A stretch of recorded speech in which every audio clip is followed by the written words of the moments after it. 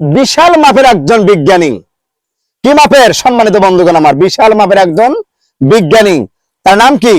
অনেকে আপনারা শুনেছেন, ইউটিউবে শুনেছেন, ফেসবুকে শুনেছেন, নীল আর্মস্ট্রং। এই নীল আর্মস্ট্রং একজন ছিলেন বিশাল বিখ্যাত একজন বিজ্ঞানী। এই নীল আর্মস্ট্রং চলে গেলেন। নীল আর্মস্ট্রং যখন স্পষ্ট বর্ণনা তিনি দেখতে পেলেন, যেই না বিশ্ব নবীর আঙ্গুলের ইশারায় আকাশের 4টা 2 খণ্ডিত হয়ে এক খণ্ড পড়েছিল পাহাড়ে, আর একটা খণ্ড পড়েছিল জমিনের উপরে। সুবহানাল্লাহ। এই কথার উপরে বিশ্বাস করার পরে নীল আর্মস্ট্রং যখন সেই চাঁদের দেশে সরাসরি বিশ্বাস স্থাপন করার জন্য তখন চাঁদের দেশে চলে গেলেন। এই নীল আর্মস্ট্রং সেখানে দাঁড়িয়ে আছেন। দাঁড়িয়ে থাকার পরে অবাক নয়নে তাকিয়ে আছেন, যেই বিশ্বনবীর আঙ্গুলের ইশারায় আকাশের 4টা 2 টুকরো হয়ে গিয়েছিল, সেই চিহ্ন তিনি সেখানে গিয়ে চাঁদের দেশে গিয়ে দেখতে পেলেন। বিশ্বনবীর আঙ্গুলের ইশারায় 4টা 2 টুকরো হয়ে দেখার চিহ্ন যখন তিনি দেখতে পেলেন, দেখার পরে তিনি স্থির থাকতে পারলেন না।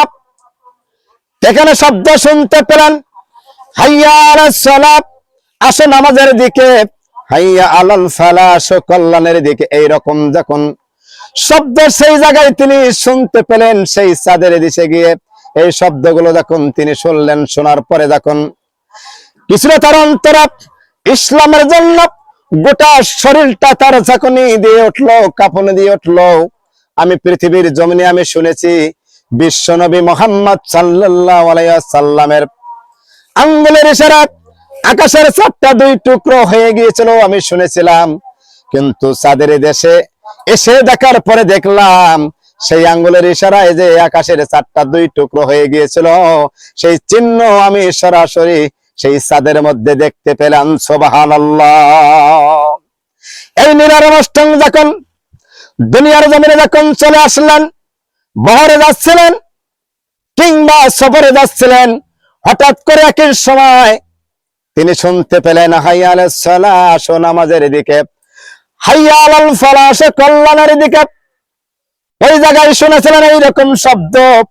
দুনিয়ার জমিনে আসার পরে যখন এইরকম শুনতে পেলেন, এইরকম শব্দগুলো উচ্চারিত হওয়া শুনতে পেলেন, তিনি আর স্থির থাকতে পারলেন না। ইন্নাদ-দীনা ইনদাল্লাহিল ইসলাম, সর্বশ্রেষ্ঠ মনোনীত ধর্মই হচ্ছে ইসলাম ধর্ম। তিনি এটার উপরে তিনি বিশ্বাস স্থাপন করলেন। সঙ্গে সঙ্গে কলমা পড়ে নীল আর্মস্ট্রং মুসলমান হয়ে গেলেন। সুবহানাল্লাহ।